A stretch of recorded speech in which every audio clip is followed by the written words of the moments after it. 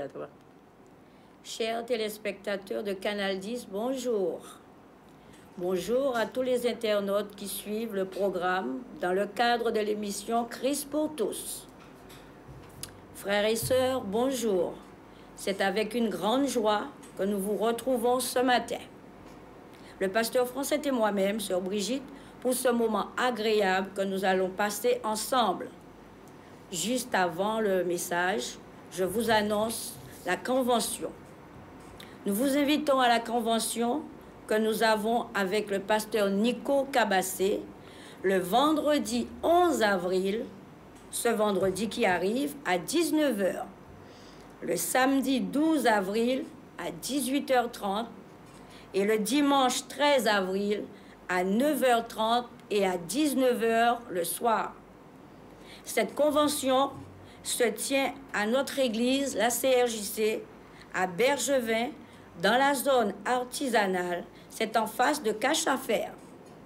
Venez recevoir la bénédiction pour votre vie. Dieu remplit toujours ses serviteurs pour aller au-devant de son peuple. Et je profite pour vous communiquer nos différents horaires de culte le dimanche. À Moule, à 7h15, dans le parking de la CAF et de la Sécurité sociale, à Bergevin, à 9h30, en face de Cache à Faire. En Martinique, dans la zone industrielle de Ducos, derrière la Paire et Ecomax. Église ACRJC, Nouvelle-Jérusalem, à 10h. En métropole, à Draveil, avec le Bishop Eli, à 10h. Vous pouvez communiquer cette adresse à vos proches en métropole. Il y a un téléphone pour la navette quand vous êtes à la gare de Juvisy. Alors, ce numéro, c'est 01 69 00 49 29. Je répète, 01 69 00 49 29. Et juste avant de passer la parole au pasteur Français, nous allons prier pour entrer dans ce message. Éternel, Dieu puissant, Dieu grand, Dieu bon, Dieu digne, Papa, nous te bénissons, nous te rendons grâce, Seigneur. Nous te disons merci pour ce moment agréable que nous allons passer avec toi, Seigneur mon Dieu. Nous te demandons de prendre le plein contrôle, cher Saint-Esprit, que tu nous diriges, que tu nous éclaires en toutes choses, Seigneur. Toute chose qui sortira de nos bouches viennent de toi, Seigneur. Et la parole, Seigneur, que nous allons entendre, Seigneur, mon Dieu, mon roi, que cela puisse faire du bien à chacun de nous qui écoutons. Seigneur, nous te bénissons, nous te rendons grâce dans le nom de Jésus. Amen. À toi, pasteur. Amen. Alléluia. Que toute la gloire revienne à notre Dieu. Ce matin, nous vous bénissons et nous apprécions ce moment que nous passons avec vous, ce rendez-vous que nous avons avec vous, nous l'apprécions et nous savons que vous aussi, vous appréciez cela. Ce matin, nous voulons vous parler du Dieu merveilleux et vous inviter à placer votre confiance en lui. Placez votre confiance en Dieu. Ce matin, par le terme confiance, le mot confiance signifie s'appuyer sur quelqu'un. Avoir confiance en quelqu'un, c'est s'appuyer sur lui. Avoir confiance en quelqu'un, c'est compter sur lui. Mais il est certain, et nous sommes d'accord avec vous, qu'il faut connaître pour faire confiance. On ne peut pas passer sa confiance dans le premier venu. Il faut connaître en qui nous plaçons notre confiance. Et c'est avec assurance que nous pouvons dire qu'il n'est pas évident de placer sa confiance dans l'homme. On ne peut pas placer sa confiance dans l'homme. Nous connaissons l'homme et nous savons que l'homme est limité. Nous connaissons l'homme. Nous savons que l'homme est limité par le temps, par les circonstances, dans les imprévus. L'homme est limité dans ses capacités, l'homme est limité dans ses possibilités. Quand il n'est pas méchant, qu'il n'est pas jaloux, quand il ne désire pas le bien pour ses semblables, l'homme reste limité. L'homme ne possède pas ce qu'il faut dans sa totalité pour donner pleinement, pour dire qu'on fait confiance à l'homme, je fais confiance. Alors, vous savez, l'homme, quand on sait qu'on est aimé, on fait confiance. C'est vrai. Un époux fait confiance à son épouse. Une épouse fait confiance à son époux. Mais ce que je veux dire ce matin, l'époux voudra donner beaucoup, mais il n'a pas tout ce qu'il faut pour donner. L'épouse voudra donner, mais l'épouse n'est pas forcément détentrice de tout ce qu'il faut pour donner et pour combler celui qu'il aime ou celui qu'elle aime. Et c'est pour cela que lorsque nous parlons de l'homme qui est limité, nous pouvons vous parler de celui qui, dans toutes ses capacités, peut combler l'homme. Celui en qui l'homme peut placer sa confiance totalement. Et c'est Dieu. Quand on connaît Dieu, on comprend qu'on peut lui faire confiance. Parce que lorsqu'on se sent aimé, eh bien, on peut faire confiance. Lorsque nous nous savons aimer, nous faisons confiance. La personne qui se sent aimée, il fait confiance. Alléluia. Amen. La Bible, la parole de Dieu, nous révèle l'amour du Père dès la création. Dès la création, Dieu a aimé. Dès la création, Dieu aime. Et le premier livre de la Bible, ce n'est qu'un aparté que nous faisons pour vous montrer, pour vous démontrer l'amour de Dieu pour nous, pour l'humanité, pour arriver dans la profondeur de notre message. Dans Genèse, chapitre 1er, les versets 27 à 30, je voudrais que la sœur Brigitte me lise ce passage.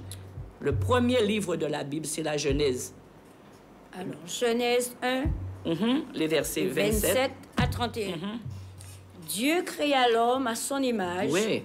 Il le créa à l'image de Dieu. Il créa l'homme et la femme. Oui. Dieu les bénit et Dieu leur dit, soyez féconds, multipliez, remplissez la terre et l'assujettissez. Et dominez sur les poissons de la mer, sur les oiseaux du ciel et sur tout animal qui se meut sur la terre. Et Dieu dit, voici, je vous donne toute herbe portant de la semence et qui est à la surface de toute la terre, et tout arbre ayant en lui du fruit d'arbre et portant de la semence, ce sera votre nourriture. On peut s'arrêter là, on peut s'arrêter là. Nous voyons que dès la création, Dieu n'a pas créé un homme comme ça, il n'a pas essayé, il n'a pas fait quelque chose de bizarre, quelque chose qu'il ne savait pas. Quand il a créé l'homme, il avait une image, il avait une vision, il avait un schéma, il a créé l'homme à son image. Quand Dieu a créé l'homme, il a créé l'homme comme lui. Amen. À son image. Il a établi l'homme. Il lui a donné ce beau jardin qu'est l'Éden. Il l'a placé au milieu de la verdure. Il lui a donné tout ce qu'il fallait, tout ce que l'homme pouvait imaginer en cet instant pour lui, pour le combler. Tout ce qu'il fallait pour qu'il soit heureux. Dieu n'a pas donné, créé l'homme et il l'a pas lâché comme ça pour que l'homme recherche ce dont il a besoin, les besoins de son corps, les besoins. Non, Dieu lui a tout donné. Il ne savait rien et Dieu a tout prévu pour lui. Et Dieu lui a dit, voici, soyez féconds. Soyez féconds. Ça veut dire, ayez des enfants. Multipliez, soyez nombreux. Remplissez la terre. Que votre descendance puisse couvrir la terre. Et l'assujettissez, dominez, prenez possession, soyez à l'aise, soyez à paix, dirigez, commandez, dominez. Dieu a créé l'homme pour qu'il soit heureux. Ce n'est pas l'amour, ça. Et tous, nous connaissons, nous avons entendu parler de ce qui s'est passé Nous savons que l'homme a transgressé les lois de Dieu. Nous savons que l'homme a péché. Nous savons que l'homme a eu les conséquences de ses actes et que l'homme a connu la mort physique. Et dans son immense amour, Dieu n'a pas abandonné l'homme à son sort. Dieu n'a pas rejeté l'homme. Dieu aime. Dieu est amour. Et Dieu a cherché la solution afin que l'homme vive éternellement. Même si l'homme meurt physiquement, mais Dieu sauve l'âme de l'homme en donnant son Fils unique à la croix. En ce que le sacrifice de Jésus-Christ, le Fils unique de Dieu, en son sang qui a coulé à la croix, permet à l'homme de laver son péché, de se purifier, de se sanctifier et de prétendre à la vie éternelle que Dieu avait accordée dès la création. Ce n'est pas l'amour, ça. C'est l'amour. C'est penser comment faire pour récupérer l'homme et ramener l'homme dans cette dimension initiale que Dieu avait prévue. Amen. Et c'est pour cela qu'il a dit... Dans Jean 3, voilà, 16, oui. Car Dieu a tant aimé le monde qu'il a donné son Fils unique, afin que quiconque croit en lui ne périsse point, mais qu'il ait la vie éternelle. Amen. Afin que quiconque croit en Jésus-Christ, mort, ressuscité, ait la vie éternelle. Et nous appelons ça l'amour. L'amour de Dieu. L'amour de Dieu dès la création. L'amour de Dieu qui a cheminé jusqu'à la mort de Christ à la croix, afin qu'aujourd'hui, l'homme, l'humanité, tous ceux qui veulent, toi en ce matin, si tu le veux bien, que tu acceptes Jésus-Christ dans ta vie, Jésus-Christ dans ta vie pour te sauver, pour te pardonner tes péchés. Et son sang qui a coulé te lave, te purifie. Tu deviens enfant de Dieu. Tu deviens enfant de Dieu. Et à partir de ce moment-là, ce message, il est à toi. Tu peux saisir la main de Dieu, vivre, placer ta confiance en lui. Je vais prendre ce dernier verset par rapport au thème de l'amour dans Romains. L'amour de Dieu. Il faut que ce matin, que chacun de vous puissiez comprendre la profondeur que l'amour de Dieu à la croix qui a coulé et qui nous permet de vivre quelque chose de différent dans nos vies. Dans Romains 5, oui, vas-y, les versets 7 à 8 pour confirmer 8. Notre parole ce matin. Oui. À peine mourrait-on pour un juste, quelqu'un peut-être mourrait-il pour un homme de bien, mais Dieu prouve son amour envers nous, en ce que lorsque nous étions encore des pécheurs, Christ est mort pour nous. Amen. Ce qui veut dire par là, et c'est ce que nous vivons souvent aujourd'hui, si tu es riche, si tu as de l'argent, si tu as des moyens, les gens t'aiment, les gens t'apprécient. Vous savez, si le compte en banque a de l'argent, le banquier aussi, hein, t'apprécie, bonjour monsieur, bonjour madame. Mais le jour où tu as fait un mauvais placement, le jour où il n'y a plus rien, le banquier, ça change. Et c'est pas seulement le banquier, c'est les amis aussi. Ils ne sont plus là, on les retrouve. Ils sont inscrits maintenant aux abonnés absents. Ça, c'est l'homme. C'est l'homme. Mais Dieu a créé l'homme à son image. L'homme a transgressé. Dieu est venu, Dieu l'a aimé, Dieu l'a sauvé en Jésus-Christ.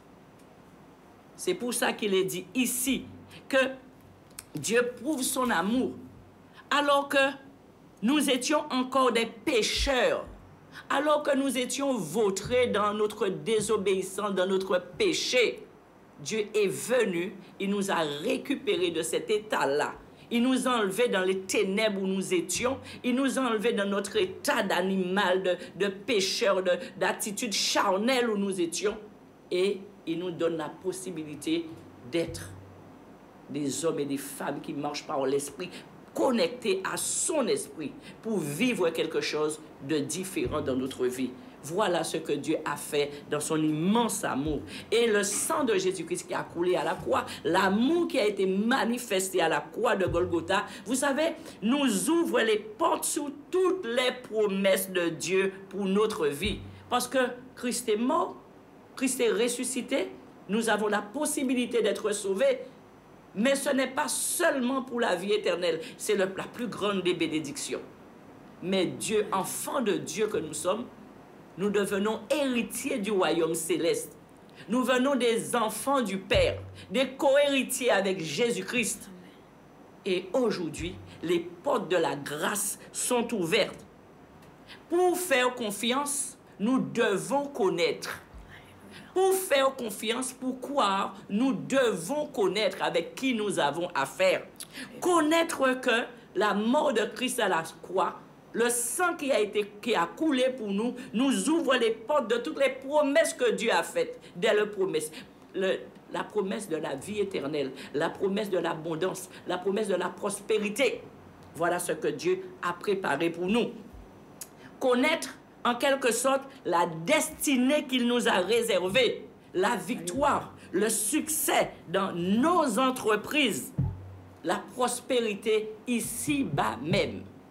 Ne vous laissez pas tromper par des personnes qui disent que nous devons être maintenant acculés à vivre la médiocrité, acculés à vivre toutes sortes de défaites, d'échecs, de pauvreté. Ça n'a pas été le plan de Dieu, ça n'a pas été le choix de Dieu, ça n'a pas été la destinée que Dieu a préparée pour ceux qui l'aiment, pour ceux qui l'ont accepté, pour ceux qui lui font confiance.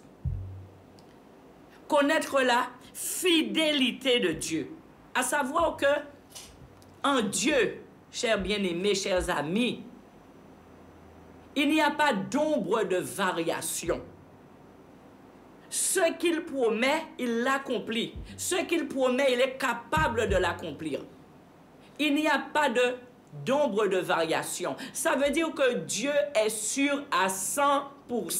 C'est pour cela que tout à l'heure, j'avais parlé de l'homme qui était limité dans ses capacités, dans ses possibilités. Aujourd'hui, je te parle du Dieu tout-puissant. Je te parle du Dieu souverain. Je te parle du Dieu grand qui a toute possibilité, qui a toute capacité et qui ne change pas dans ses choix, qui ne change pas dans ses décisions. Ça veut dire qu'un homme ne peut pas venir encore et dire à Dieu de changer le plan qu'il a établi pour toi, de dire à Dieu de te condamner, de dire à Dieu qu'il vienne devant Dieu t'accuser pour que Dieu te condamne. Non, ça ce n'est pas Dieu. Ça ce n'est pas Dieu. Quand il vit ce genre de situation dans ta vie, ce sont les hommes eux-mêmes qui vont voir l'ennemi de nos âmes, qui est le diable, qui font des pactes avec le diable pour pouvoir porter des paroles de condamnation, d'accusation. On appelle ça la sorcellerie. Et souvent, parmi vous, il y en a qui sont pris dans cet engrenage-là et qui se tournent vers les marabouts pour chercher la solution. Mais je veux ce matin te raisonner et te dire que si le marabout t'a jeté un sort, il ne peut pas l'enlever. C'est Dieu, et Dieu seul, qui t'a donné une destinée heureuse.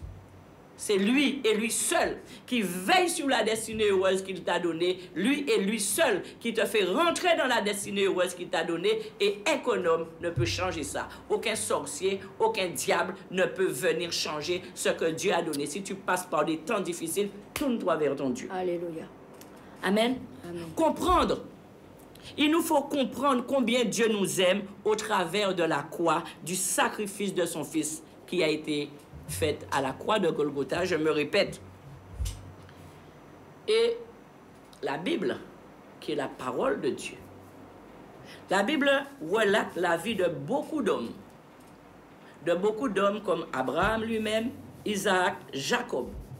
Et bien d'autres, il y a Moïse, il y en a tellement, il y a David, il y en a. Jusqu'à aujourd'hui, il y en a encore. Même moi. Amen. De beaucoup d'hommes qui ont placé leur confiance en Dieu et qui ont été récompensés. Amen. Abraham, Dieu lui a dit, Abraham, un jour, quitte ton pays, quitte ta patrie, va vers le pays que je te montre. Tu quittes ton père, tu quittes la maison de ton père, tu quittes tout et tu vas vers le pays que je te montre. Et Dieu lui dit, si tu obéis à cela, je te bénirai. Je bénirai ta descendance. Je te rendrai prospère. Tu ne manqueras de rien. Alléluia. Toutes les nations de la terre seront bénies en toi. Oh Jésus. Je bénirai ceux qui te béniront. Je maudirai ceux qui te maudiront. Ça veut dire que quiconque te maudira, tu ne seras jamais maudit. Quiconque te bénira, tu seras béni et eux aussi seront bénis. Voici la promesse que Dieu a faite à Abraham. Et Abraham a obéi à Dieu. Il a suivi les commandements de Dieu. Il est parti. Il est parti et Dieu l'a béni. C'est ce même Abraham, devenu vieux et dont Sarah, sa femme, âgée et stérile, lui enfanta un fils pour assurer la promesse que Dieu lui avait faite. Quand Dieu parla à Abraham, Abraham n'avait pas d'enfant. Abraham a obéi, mais il n'avait pas d'enfant. D'où lui venait cette postérité? Où est-ce qu'il apprendrait? On ne peut l'avoir que par sa descendance. Et Abraham n'en avait pas. Et au temps convenable de Dieu, Abraham a placé sa confiance en Dieu. Et la Bible dit que cela lui fut imputé à justice. Ça veut dire qu'au temps convenable de Dieu, Abraham était âgé, Sarah était âgée, mais peu importe. Peu importe. Il n'y a pas d'ombre de variation en Dieu. Ce que Dieu dit, il est capable de l'accomplir. Ce que Dieu te promet, il est capable de te le donner. Alléluia. Et quand il a dit à Abraham, Abraham, je te bénirai, tu seras une grande nation sortira de toi. Abraham n'avait pas d'enfant. Mais, sur son âge avancé, alors que Sarah était stérile, Abraham eut un fils. Et Isaac était un miracle de Dieu. Car, cher bien-aimé, Dieu rend possible ce que la réalité de ta vie te montre sans solution. Dieu rend possible ce que la réalité de ta vie te montre impossible. Ça veut dire quand tu regardes ta vie, quand tu regardes ta condition, quand tu regardes ton état et que tu vois que humainement, il n'y a pas de solution pour toi. Humainement, il n'y a pas de porte de sortie pour toi. Humainement, il n'y a rien qui à l'horizon te montre une accalmie, te montre une solution, Alléluia. Te montre quelque chose de bon qui pourrait venir dans ta vie, d'un côté ou de l'autre. Tu ne vois rien. Eh bien, le Dieu que je t'invite à suivre ce matin, le Dieu que nous t'invitons, dans lequel nous t'invitons à placer ta confiance, c'est celui-là.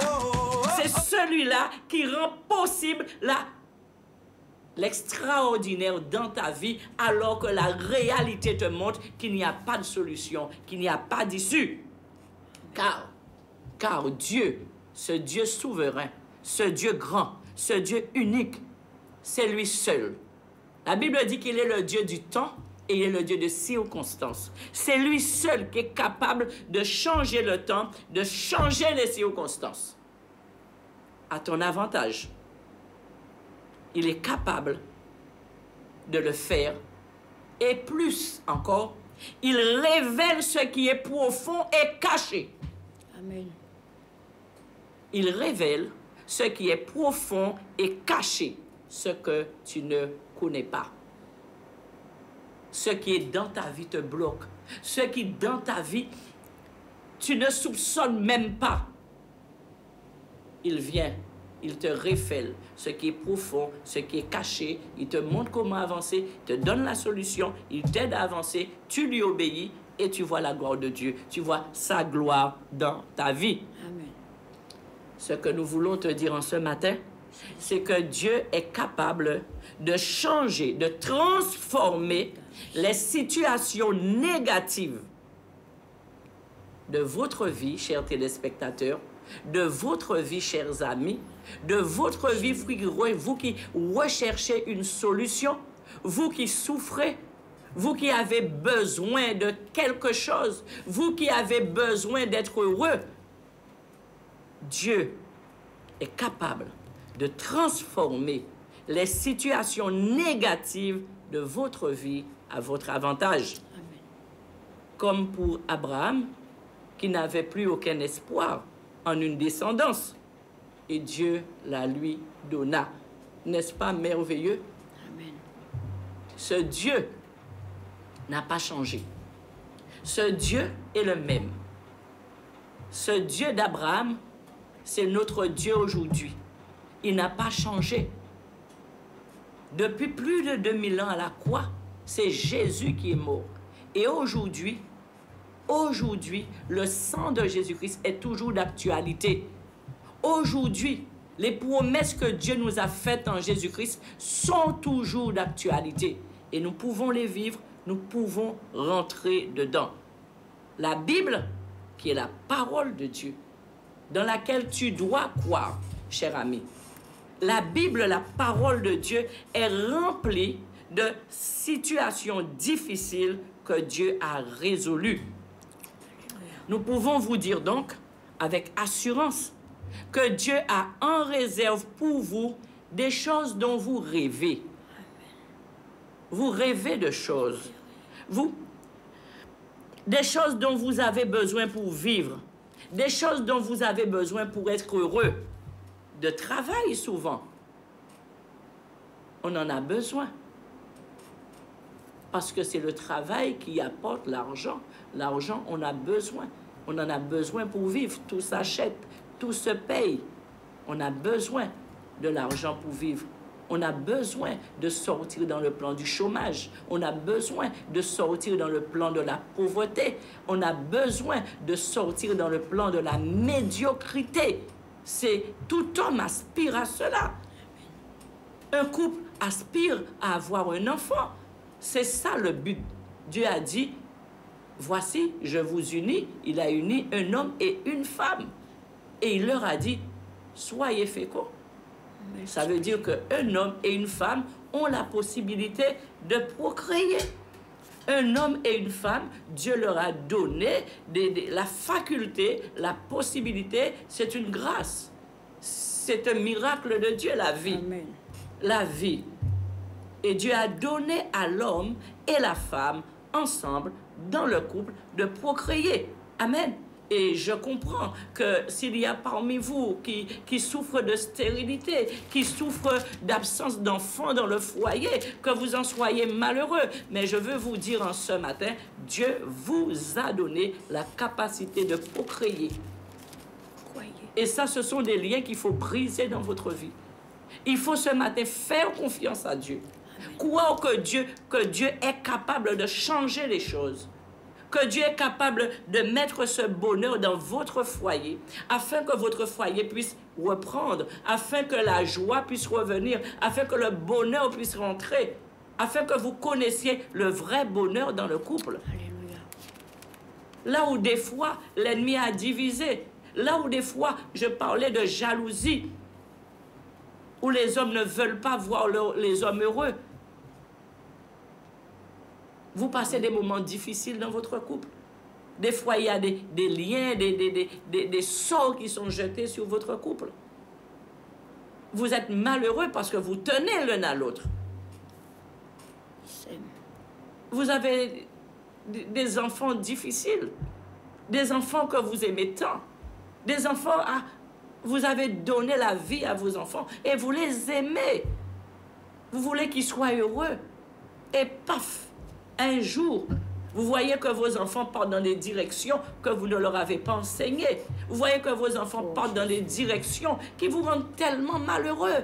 Vous vivez malheureux, vous vivez aigri, vous vivez dans un état de nervosité, de tension, des fois de dépression. Parce que vos enfants, vous les voyez perdus. Parce qu'il y a des enfants qui sont partis dans la drogue, qui sont partis dans l'alcool, qui sont partis dans des formes de délinquance, de dépravation. Et vous souffrez. Et vous avez besoin de paix. Dieu donne la paix. Alléluia. Dieu donne la paix dans toutes les situations, à condition que vous lui fassiez confiance et que vous obéissez et que vous marchez selon sa parole. Et nous voulons vous dire ce matin, croire en la parole de Dieu. Cela vous permettra de vivre des choses extraordinaires dans votre vie. Et souvent, ce qui arrive, c'est que les gens, quand ils vivent un échec, ils se bloquent. Devant un problème de stérilité, devant un mari difficile ou une épouse difficile, devant un patron qui persécute, devant un travail qu'on recherche, devant une situation de chômage prolongé, devant une maladie qu'on ne comprend pas, eh bien, les gens, quand ils vivent un échec, ils se bloquent. Beaucoup se bloquent. Beaucoup n'osent plus croire en rien. Beaucoup ne veulent plus avancer. Ils disent que c'est fini. Ils disent que c'est bon. Comment ce qu'on dit de la drogue, on dit que lorsqu'on tombe dedans, on n'y revient pas. Alors c'est fini pour mon enfant. On dit que c'est tellement difficile de sortir de l'état d'alcoolique. Il n'y a pas de structure dans le pays. C'est fini pour lui. Des fois, on est tellement malheureux qu'on est plus fatigué que ces enfants-là. On vit, on est malheureux, on se bloque, il n'y a pas de travail. On veut arrêter de pointer au RSA, mais il n'y a pas de solution. Et on accepte cette situation. On accepte cet état-là. Mais ce matin, oh oui, ce matin, je veux pousser quelqu'un à tourner ses regards vers le Dieu tout capable. Ce matin, je veux pousser quelqu'un à arracher les bornes qu'il a posées sur sa vie, sur sa réussite. Il a arrêté là. Il a dit maintenant ma vie est terminée. Il a dit maintenant c'est fini pour moi. Il n'y aura plus de réussite. Et voilà là, ici, il a posé son jalon, il a posé sa borne, il a dit c'est fini là, mon territoire s'arrête là, mes limites sont là, je n'ai plus rien, je n'aurai plus rien, il me reste combien de temps à vivre, je sais que je terminerai dans la pauvreté, je terminerai dans la misère, je terminerai dans la déchéance, je n'ai plus droit au sourire, je n'ai plus droit à rien.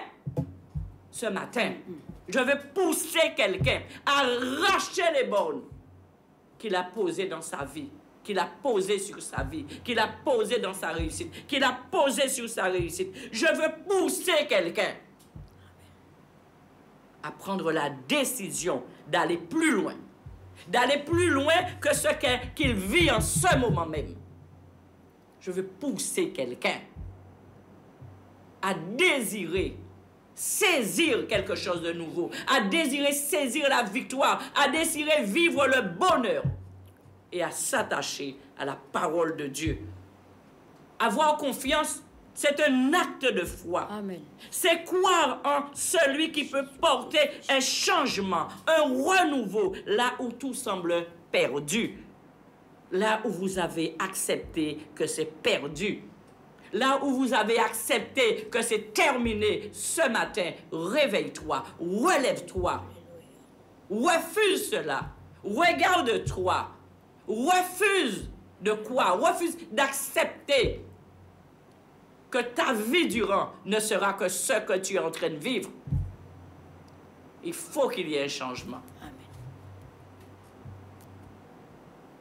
Nous allons dans un passage que beaucoup connaissent, vous en avez entendu parler.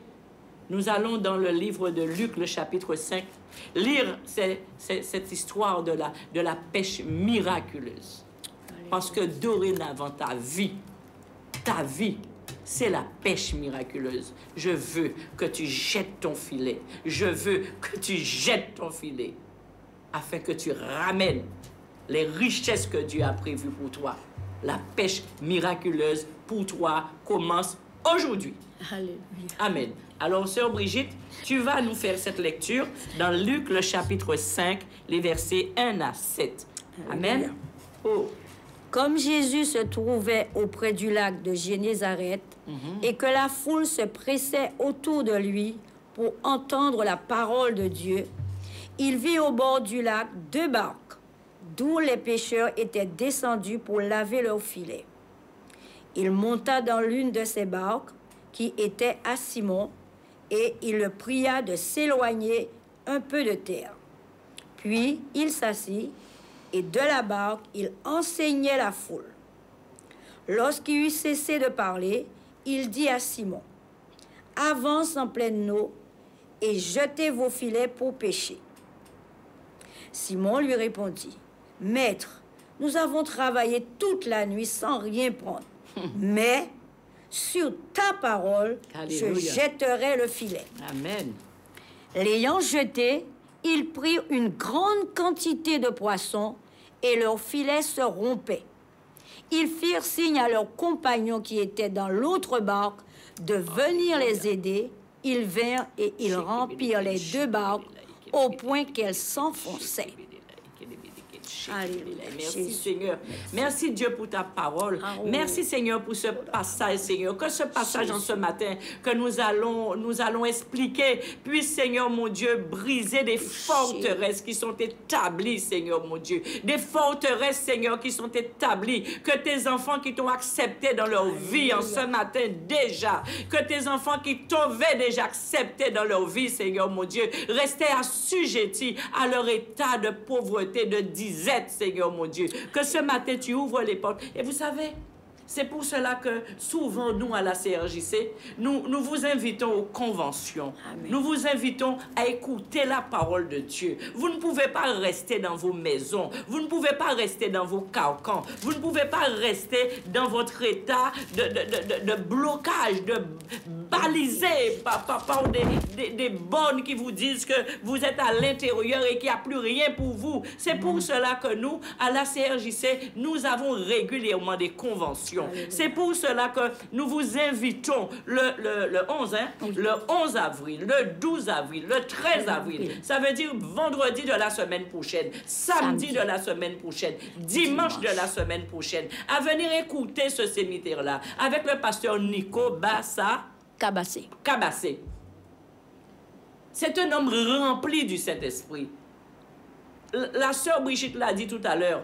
Lorsque Dieu envoie ses serviteurs au devant de son peuple, il lui donne les capacités, l'onction, afin qu'ils se produisent des délivrances, des prodiges, des miracles. Quand Jésus-Christ est venu, quand Jésus-Christ a envoyé, quand il est venu déjà, il a fait la démonstration de sa puissance. Amen. Quand il a envoyé les disciples, il ne les a pas envoyés sans rien.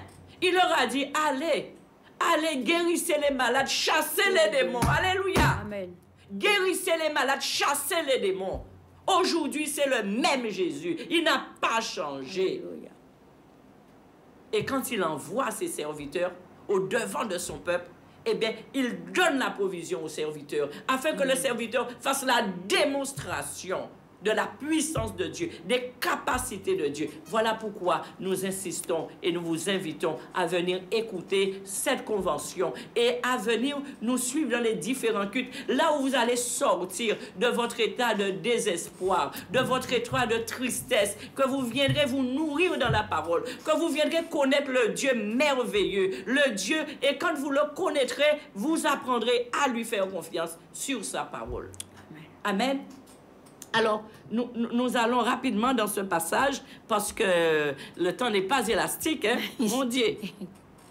Alors, il est dit ici que, c'est dans le 5, oui, que Jésus-Christ, nous allons prendre cette partie, Jésus-Christ, il a vu Simon et lui a dit, avance en pleine mer et jetez vos filets pour pêcher.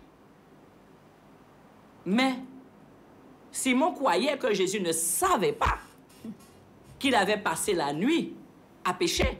Mais Dieu sait toutes choses. Jésus le savait. Pourtant, Jésus lui dit, retourne, avance en pleine mer, retourne dans les profondeurs. Et Simon lui dit, Seigneur, Maître, nous avons travaillé toute la nuit sans rien prendre. Nous avons travaillé toute la nuit sans rien prendre. Ça veut dire que pendant toute la nuit, ils ont rejeté leur filet. Il n'y avait rien. Pendant toute la nuit, ils ont travaillé. Ils voulaient ramener du poisson. On ne passe pas une nuit sans vouloir revenir sans rien. On ne passe pas une nuit sans vouloir rapporter le repas du lendemain. On ne va pas pêcher toute une nuit en étant content d'être revenu bredouille. Mais un fait était là, c'était la réalité. Ils avaient lancé leur filet, ils avaient lancé, ils avaient ramené, ils avaient lancé, ils avaient ramené. Vous voyez, lancer le filet, attendre, ramener, rien, lancer. Combien de fois ils l'ont fait dans la nuit? Combien de fois ils ont jeté le filet? Mais rien n'est monté, il n'y avait rien. Ils savaient qu'il n'y avait rien. Et au petit matin, ils rentraient sans rien. Mais Jésus leur dit, Simon, avance en pleine mer. Et là, il s'est passé quelque chose. Il s'est passé quelque chose. Simon lui a dit, Seigneur, nous n'avons fait que ça. Et jusqu'au fond là, en pleine mer nous étions, Seigneur. Nous n'avons fait que ça, jeter notre filet. Il n'y avait rien. Mais, sur ta parole, Seigneur, sur ta parole, puisque c'est toi qui le dis, nous retournons et nous jetons notre filet. Ce que nous demandons ce matin, c'est que toi qui as essayé tellement de choses, toi qui as expérimenté tellement de choses, toi qui as cherché par là, tu as cherché, tu as frappé à toutes les portes, tu crois avoir frappé à toutes les portes, et c'est certainement vrai, tu es arrivé dans tes limites, il n'y a plus rien humainement qui te soit possible. Mais il y a quelqu'un qui te dit en ce matin, déplace les bornes et avance. Déplace les bornes. Chaque fois qu'on t'a refusé, tu as posé un jalon. Chaque fois qu'on t'a refusé, tu as délimité. Et quand tu regardes autour de toi, eh bien, tout est bloqué. Tu sais qu'il n'y a plus d'ouverture pour toi. Mais il y a quelqu'un qui te dit en ce matin, débloque et avance. Va plus loin. Va plus loin, c'est croire. Va plus loin, c'est faire confiance. Va plus loin, c'est espérer. Et c'est rentrer dans la foi que le Dieu Tout-Puissant est capable de faire l'extraordinaire dans ta vie. Il est capable de te permettre de jeter ce filet et de ramener le travail, de jeter le filet et de ramener la guérison, de jeter le filet et de ramener l'enfant que tu attends, de jeter le filet et de ramener la délivrance de ton fils, de jeter le filet et de ramener le changement dans ta vie. Alléluia. Amen. Il est capable de le faire. C'est vers lui que tu dois te tourner. Et qu'est-ce qui s'est passé? Il a dit, Seigneur, je n'ai rien pris, nous n'avons rien pris. Mais sur ta parole en ce matin, sur ta parole, je jetterai le filet. Et l'ayant jeté, ils prirent une grande quantité de poissons, à tel point que leur filet se rompait et qu'ils prirent d'autres personnes pour les aider et partager ce poisson qu'ils ont eu en abondance. Ce n'est pas une histoire que je te raconte. Dieu existe. Dieu est vivant. Dieu est réel. Jésus-Christ est mort pour toi à la croix. L'Esprit de Dieu est là. Et il nous aide, nous, enfants de Dieu, à vivre et à rentrer dans les miracles de Dieu. Ce matin, si tu dis, Seigneur Jésus, je veux, Seigneur mon Dieu, je veux te connaître, je veux vivre, Seigneur mon Dieu, ce que tu as prévu pour moi. Je veux rentrer dans ton plan, Seigneur Jésus. Je t'accepte comme mon Seigneur et mon Sauveur personnel. Je te demande pardon pour ma vie passée. Je te demande pardon pour mes erreurs. Je te demande pardon pour mon péché, Seigneur mon Dieu. Je décide maintenant de marcher en nouveauté de vie. Et Seigneur mon Dieu, je te demande, Seigneur, que ton sang qui a coulé à la croix coule sur moi en cet instant pour me laver, pour me purifier, pour me transformer. Tu deviens un enfant de Dieu en cet instant même où tu prononces ces paroles. Alléluia. Amen. Amen. Et les portes de la grâce de Dieu étaient ouvertes. En Jésus-Christ, le Saint-Esprit de Dieu, le Saint-Esprit de Dieu qui était là depuis la création, le Saint-Esprit par qui toute chose a été faite, l'Esprit de Dieu vient habiter en toi. Tu deviens le temple de l'Esprit de Dieu qui te conduit qui te dirige. Tu obéis à la parole de Dieu et tu vois la gloire de Dieu dans ta vie.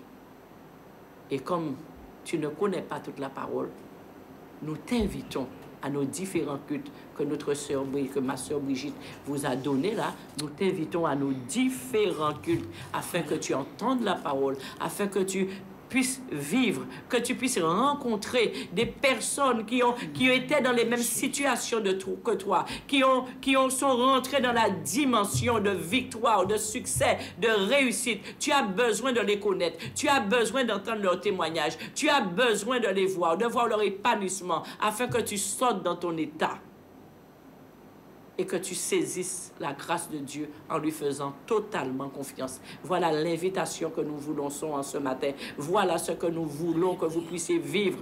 Et ce n'est pas pour moi, ce n'est pas pour Brigitte, ce n'est pas pour une catégorie de personnes, c'est pour tous ceux qui veulent, tous ceux qui acceptent Jésus-Christ, qui acceptent le plan de rédemption du Père et son Fils. C'est ouvert à tous. La grâce est ouverte à tous ceux qui veulent. Voici notre message, celui que nous vous annonçons ce matin. C'est pour cela que nous insistons beaucoup à ce que vous preniez des décisions dans votre vie, que vous preniez des décisions dans votre vie. Dépassez les décisions que vous avez arrêtées. Tu voulais dire quelque chose? Dépasser les décisions, les mauvaises décisions que vous avez prises, de rester bloqué dans des tempêtes, des turbulences qui ne vous emmènent nulle part, et d'aller plus loin, croire encore, persévérer. Mais pour cela, vous n'êtes qu'au stade de la connaissance, d'apprendre. Venez apprendre, venez écouter. Notre sœur va vous relire, va vous rappeler le séminaire et les différentes heures de culte que nous avons. Oui. Alors, nous vous rappelons la convention avec le pasteur Nico Cabassé, le vendredi 11 avril à partir de 19h, le samedi 12 à 18h30, le dimanche 13 à 19h et le matin à 9h30. Et pour les cultes, à Moule, à partir de 7h15, dans le parking de la CAF et de la Sécurité sociale, à Bergevin à 9h30, en face de Cache-à-Faire. En Martinique, dans la zone industrielle de Ducos, derrière la Paire et Ecomax. Église, la CRJC, Nouvelle-Jérusalem, à 10h. En métropole, avec le Bishop Eli à Draveil, à 10h. Et nous vous communiquons un numéro de téléphone pour la navette que vous allez prendre à Juvisy. Alors, ce numéro, c'est 01 69 00 49 29. Pour ceux qui n'ont pas bien suivi, 01 69 00 49 29. Voilà pour les annonces. Amen. Alléluia. Alors, dites-moi, quel filet vous avez jeté? Amen. Quel filet que vous avez jeté en épouse ponde? Quel pas vous avez fait? Quel pas de foi que vous avez fait? Parce que lui, Simon, il a fait un pas de foi. Il était sûr, dans la réalité de sa vie, que c'était impossible qu'il y ait du poisson, vu qu'il avait cherché toute la nuit. Il était sûr que dans la réalité de sa vie, ce qu'il vivait au jour le jour, ce qu'il avait vécu la nuit et ce qui se présentait le matin, il y avait une réalité. C'est qu'il n'y avait pas de poisson dans le filet parce qu'il n'y avait pas de poisson pour lui pendant qu'il jetait et qu'il ramenait ses filets. Mais, lorsque nous attendons nos limites, c'est là que Dieu prend le relais. Amen. Et c'est là que nous vivons l'extraordinaire de Dieu. Ça veut dire que nous savons maintenant que nous avons échoué. Nous savons maintenant que nous n'avons rien réussi, mais que sur l'appel de Dieu, sur sa parole, sur ses promesses, sur ce qu'il veut que nous puissions vivre, sur son amour, sur sa patience, sur sa fidélité, sur le plan qu'il a préparé, la vision qu'il a pour nous, qui n'est pas une vision d'échec, qui n'est pas une vision de défaite, qui n'est pas une vision de déchéance. Il te dit en ce matin, jette ton filet, va plus loin, lève-toi, Lève-toi dans ton esprit, lève-toi dans ton cœur, lève-toi dans ta volonté en ce matin. Secoue-toi, arrache les barrières que tu as érigées dans ta vie. Arrache les barrières. Dis, je les arrache maintenant. Renouvelle ton esprit. Dis, je refuse cela. Et je veux qu'il se passe quelque chose d'autre dans ma vie. Voici la parole de Dieu. Dieu dit que je peux vivre autrement que ce que je vis. Dieu dit que je peux vivre autre chose que ce que je vis. Dieu dit qu'il y a d'autres choses qui sont prévues que ce que je suis en train de vivre. Amen. Et je veux. Dis, je veux. Dis, je veux. Dis-le maintenant, je veux. Parce que cela va conditionner tout le reste de ta vie. Dis, je veux. Je veux d'autres choses. Je veux vivre autre chose que ce que je vis maintenant. Et là, si tu l'as accepté dans ta vie, l'Esprit de Dieu viendra habiter en toi. Il te conduira, il te dirigera. Il te fera aller plus loin. Il t'enseignera. Prends cette décision dans ta vie. Prends la décision de changer de vie. Prends la décision d'aller plus loin. Prends la décision de vivre autre chose dans ta vie. Prends la décision de faire confiance à celui qui est capable de tout faire. Prends la décision de faire confiance à celui qui va changer ce que tu es en train de vivre et te permettre de rentrer dans la destinée qu'il a préparée pour toi. Il a dit, voici, j'ai formé des projets pour ta vie. J'ai formé des projets sur toi, des projets des plans que j'ai prévus pour toi. C'est un plan de bonheur et non de malheur. C'est Dieu qui dit ça. Il dit qu'il a créé, qu'il a formé, qu'il a préparé d'avance un plan de bonheur et non de malheur. Qu'est-ce que tu vis? Parce que si tu es déjà dans le plan de bonheur, rends grâce à Dieu. Mais si tu es dans le plan de malheur, alors là, tourne-toi vers lui. Tourne-toi vers lui. Il y a le plan de bonheur pour toi. Le plan de bonheur est là. Il est inscrit sur ta vie. Il est inscrit dans ta destinée. Il est inscrit quand Dieu te créait, quand Dieu te donnait la vie, quand Dieu te tissait dans le ventre de ta mère. Il te connaissait déjà. Il t'avait déjà donné un nom et il avait déjà préparé le plan. Il avait déjà préparé ta destinée. Il avait déjà préparé pour toi. Et c'était le bonheur, le bonheur, le bonheur et le bonheur seulement. Alors si tu es dedans, rends grâce à Dieu, Dieu merveilleux. Mais si tu n'es pas dedans, cherche-le. Cherche-le. Tourne-toi vers lui. Place ta confiance en lui. Oh, nous bénissons Dieu en ce matin. Alléluia. Et nous vous bénissons en ce matin. Nous vous souhaitons une excellente journée et nous vous invitons à nous rejoindre demain aux heures habituelles que nous vous avons données. Que Dieu vous bénisse.